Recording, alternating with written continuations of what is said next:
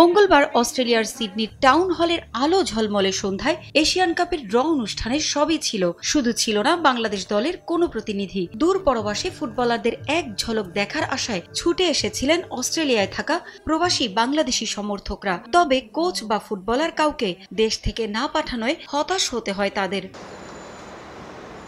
প্রবাসীদের আক্ষেপ টের পেয়েছে বাফুফে। আগামী মার্চে মূল পর্বে সিডনি ও পার্থ দুই শহরে খেলবে বাংলাদেশ নারী ফুটবল দল। খেলা চলাকালীন মাঠে বাংলাদেশি সমর্থকদের নিয়ে বিশেষ পরিকল্পনা করেছে ফেডারেশন। প্রবাসীরাও আমরা আগে থেকে তাদেরকে আমরা একটা ইমেল করে দিব যে আমরা এই দেশে আসতেছি, আপনারা আমাদের তারা যথেষ্ট করে সকল দর্শক যাতে মাঠে এসে খেলা দেখতে পারে সেই দিকেও আমরা সজাগ দৃষ্টি রাখব। এশিয়ান কাপের মূল পর্বে চীন, উত্তর কোরিয়া ও উজবেকিস্তানের সঙ্গে কঠিন গ্রুপে পড়লেও নারী ফুটবলারদের নিয়ে আশাবাদী বাফুফে। চায়না, উত্তর কোরিয়া এবং আপনার উজবেকিস্তান, এই তিনটা দলের সাথে আমাদের খেলা হবে।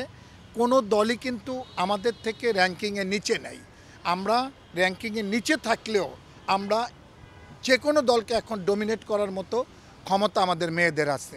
আমরা যদি উজবেকিস্তানকে হারাইতে পারি এবং চীন এবং উত্তর কোরিয়া এই দুইটা দলের যে কোনো একটা দলের সাথে যদি আমরা ড্র করতে পারি তাহলেই কিন্তু আল্লাহর রহমতে আমরা সামনের দিকে এগিয়ে যাব। আমাদের মূল টার্গেটটা হচ্ছে ওয়ার্ল্ড কাপ কোয়ালিফাই। অক্টোবরে হংকংয়ের বিপক্ষে হোম ও অ্যাওয়ে ম্যাচ নিয়েও বিশেষ পরিকল্পনা আছে বাফুফের। আগস্টের মাঝামাঝি সময়ে হবে জাতীয় দলের ক্যাম্প। অগাস্টের মিডিলে আমরা ক্যাম্প ডাকবো প্রস্তুতিমূলকভাবে।